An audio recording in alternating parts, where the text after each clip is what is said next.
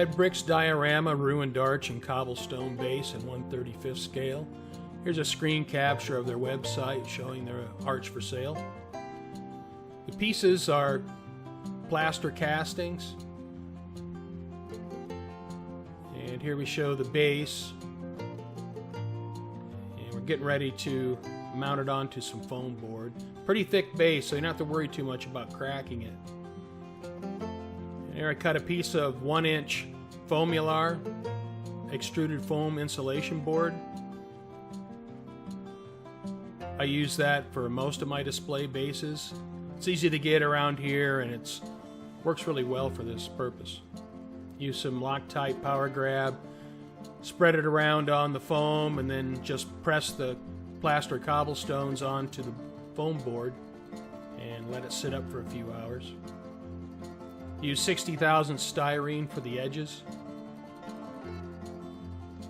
And there you see the styrene in place. And I use just styrene cement to weld the edges together and then come back with a little putty if I need to. There you can see how they work around the outside edge of the foam. First step in prepping the plaster was to spray it with just typical gray rattle can primer to seal the plaster. And there were a few casting flaws where there's some air bubbles in there, and I just went in with a tool and chipped the edges where the air bubbles were to give it a more regular shape. And I primed the wall sections with just rattle can red primer, and then added some highlight brick color to give some variation in the brick tones. So I end up with 4 different colors of bricks, including the base color. I sprayed it with TS13 Tamiya Gloss Clear. Then I added my mortar, which is Robert's brick mortar formula. Worked pretty well.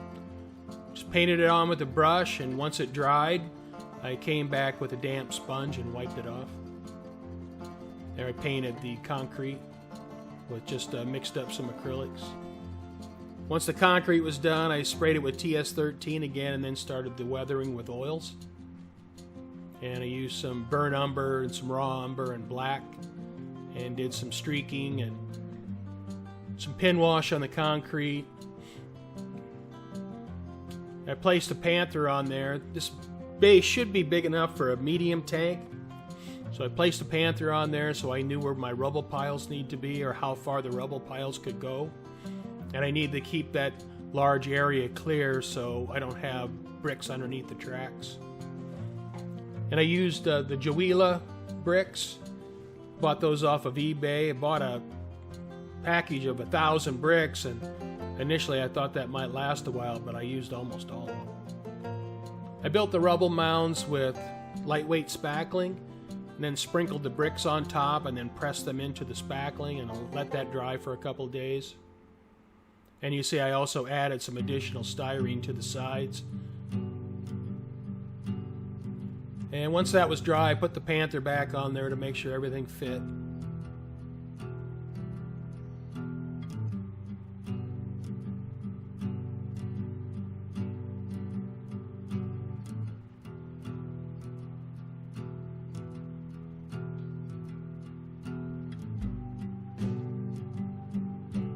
To secure the bricks in place, I sprayed the bricks down with isopropyl alcohol and then mixed up some scenic glue, which is essentially just PVA glue, mixed 3-to-1 with water, and then with just a couple drops of liquid dish soap.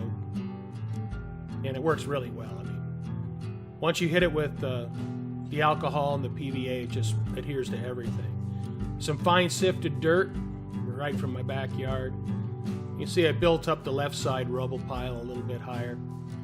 I sprinkled the dirt onto the bricks, and then used a very soft bristled brush to get the bricks clean while keeping the dirt down inside the voids. Once that was cured, I came back with a Dremel with a small sanding drum and sanded the edges to the profile of the rubble piles. And there's the primer I used for the brick base color. And I sprayed the bricks with that. It's a pretty decent terracotta color. And test fit the walls. Again, you can see where I'm trimming around the walls. And I'm adding the highlight colors to the bricks, the same colors that are on the wall, so they match. You're going to lose a lot of that when you start the weathering process, but I felt it was a step I needed to do.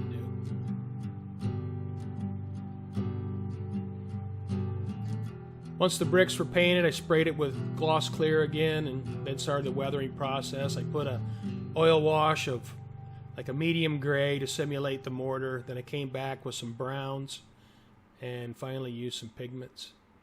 And came back with a fairly stiff bristled brush and cleaned a bunch of the bricks up. I have the curb painted, the cobblestones are painted. And I came back and did the highlight colors in the cobblestones. And once again, test fit everything to see how it looks. Sprayed the gloss clear on the cobbles. Get ready to weather them. Use a black oil pin wash. And that was kind of a tedious job, so I did it in sections.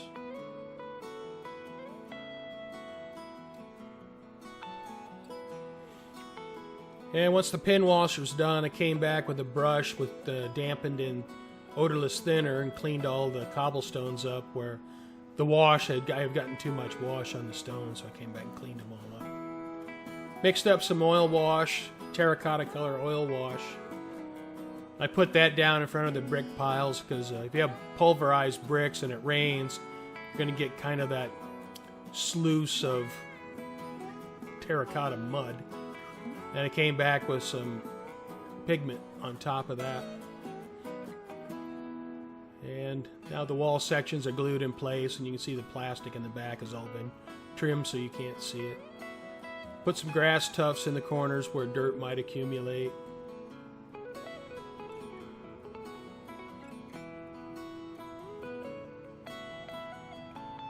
And then, you know, the finished part, I used my fine sifted dirt again.